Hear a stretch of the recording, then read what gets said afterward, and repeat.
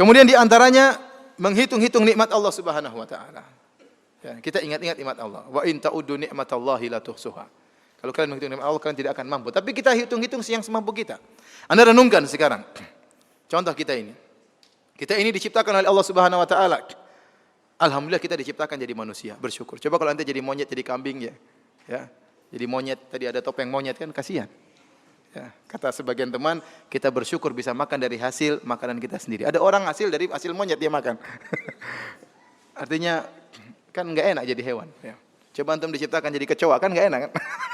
Jadi manusia alhamdulillah nikmat. Sudah jadi manusia alhamdulillah ternyata Anda orang Islam. Nikmat. Betapa banyak orang dilahirkan bukan orang Islam.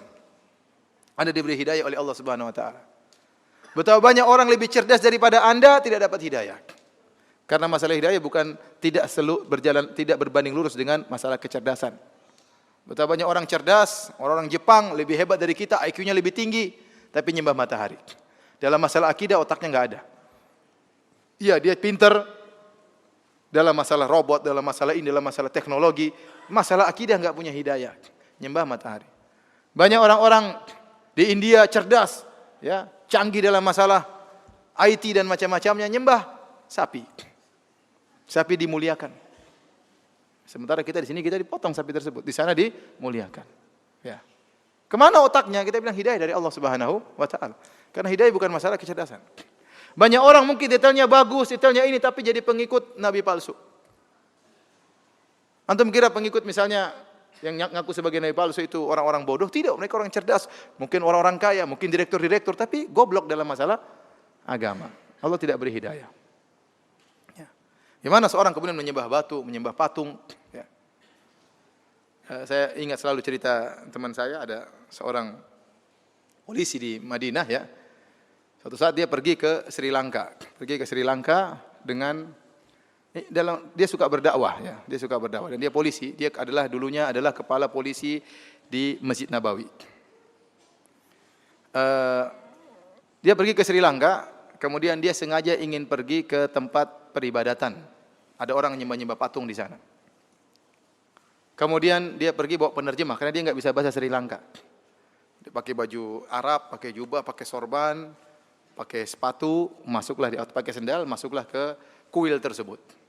Begitu dia masuk disuruh lepas sendal, dia lepas. Ini juga lepas. Kata dia, ini juga baju lepas. Enggak, silakan. Biasa dia pangkatnya tinggi suka perintah orang ya. Maka dia berjalan. Saya berjalan sampai masuk ke dalam kuil tersebut, ada patung gede diibadahi, ada pendeta di situ menjaga patung tersebut.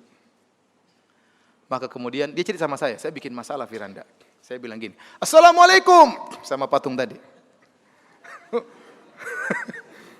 Pendetanya kaget, orang-orang juga kaget. Karena dia teriak keras, saya sengaja keras kata dia. Assalamualaikum. Teman yang terjemahnya takut. Kata dia. Ulang lagi. Assalamualaikum 2 kali. Orang ramai semua perhatikan. Sampai 3 kali. Assalamualaikum dengan suara yang keras. Pendeta dia bilang, ada apa ini? Suruh terjemahin, bilang. Saya ini beri salam sama Tuhannya, kenapa enggak dijawab? Orangnya takut. Aduh gimana ini? Terjemah katanya. Saya enggak berani. Kalau kau tidak terjemah, saya bikin lebih parah daripada ini katanya. Akhirnya dia terjemah. Terjemah, dia bilang, ini tadi beri salam. Katanya kenapa Tuhannya tidak jawab? Kata pendeta tadi, dia punya ruh tapi kita tidak tahu.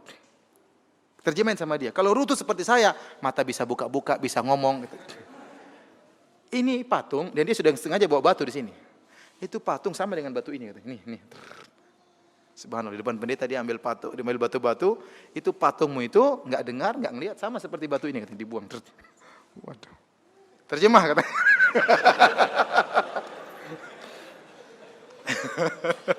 Kata dia, Syekh, jangan Syekh, kalau kita bisa dibunuh orang. Kata Syekh tersebut, saya ingin kau mati syahid di sini. Nanti hati-hati bawa Syekh, jangan sembarangan. Akhirnya, ayo Syekh kita pergi. Kata Syekh, waktu kita pergi, saya lihat pendeta tadi lihat ke atas terus, lihat ke patung kayaknya kena syubhat itu pendeta ya. Oleh karena ikhwan, masalah hidayah benar itu nikmat. Ente lahir dalam kondisi Islam itu nikmat hidayah. Banyak orang tidak ada hidayah. Mensucikan ikan, mensucikan hewan ya. Ya, macam-macam ya. Kalau sudah masalah akidah itu murni hidayah dari Allah Subhanahu wa taala. Kemudian lihatlah kata Allah Subhanahu wa taala afala yang wa fi anfusikum afala tubsirun. Lihatlah kepada diri kalian, tidakkah kalian lihat bagaimana diri kalian? Allah ciptakan tubuh kita dengan luar biasa hebatnya ya. Dan dalam tubuh kita ini berbagai macam sistem peredaran tubuh, sistem pernapasan, sistem ginjal dan macam-macam. Ini luar biasa. Ini semua dari Allah Subhanahu wa taala. Allah ciptakan jantung Anda pun baik di bawah tulang-tulang ya. Allah jadikan wajah Anda tampan ya. Untuk bayangkan kalau Anda lahir kemudian hidung Anda lubangnya di atas kan susah kasihan. Kalau hujan setengah mati ya. Kalau Anda lahir kemudian jantung di luar kan juga susah kasihan. Kalau ada orang jengkel sama Anda tinggal dicopot di depan kan susah. Ini nikmat kita diberikan tubuh yang sehat ya. Belum lagi tentang kenikmatan Allah berikan matahari, hujan ya. Para ulama menyebutkan matahari bagaimana beredar pada porosnya, seandainya dia mundur sedikit saja kita akan kedinginan, bisa mati kedinginan. Kalau matahari maju sedikit saja dari porosnya kita akan kepanasan. Allah jaga peredarannya. Hujan, Allah kirimkan hujan. Ibnu Qayyim menyebutkan dalam kitabnya Miftah dari Sa'adah. Hujan Allah kirimkan dengan rintik-rintik. Dari atas sampai bawah satu tetes saja. Mengenai satu tujuan yang tidak pernah meleset. Seandainya di atas titik-titik tadi bergabung jadi 10 meter kali 10 meter bahaya kan? Kemudian jatuh di langit, bahaya, nanti bisa mati kena hujan. Tapi satu titik, kita lihat kalau di mobil kan kelihatan, kelihatan. Satu titik kena satu posisi. Nikmat. Yang ngatur gitu siapa? Allah Subhanahu wa taala. Ya. Lau nasya'u ya la ja'alnahu ujajan. Kata Allah, kalau kami berkehendak, kami jadikan hujan tersebut hujan yang asin. Afala tashkurun, kenapa kalian tidak bersyukur? Allah jadikan air hujan air yang tawar. Coba kalau turun air asin, apa manfaatnya?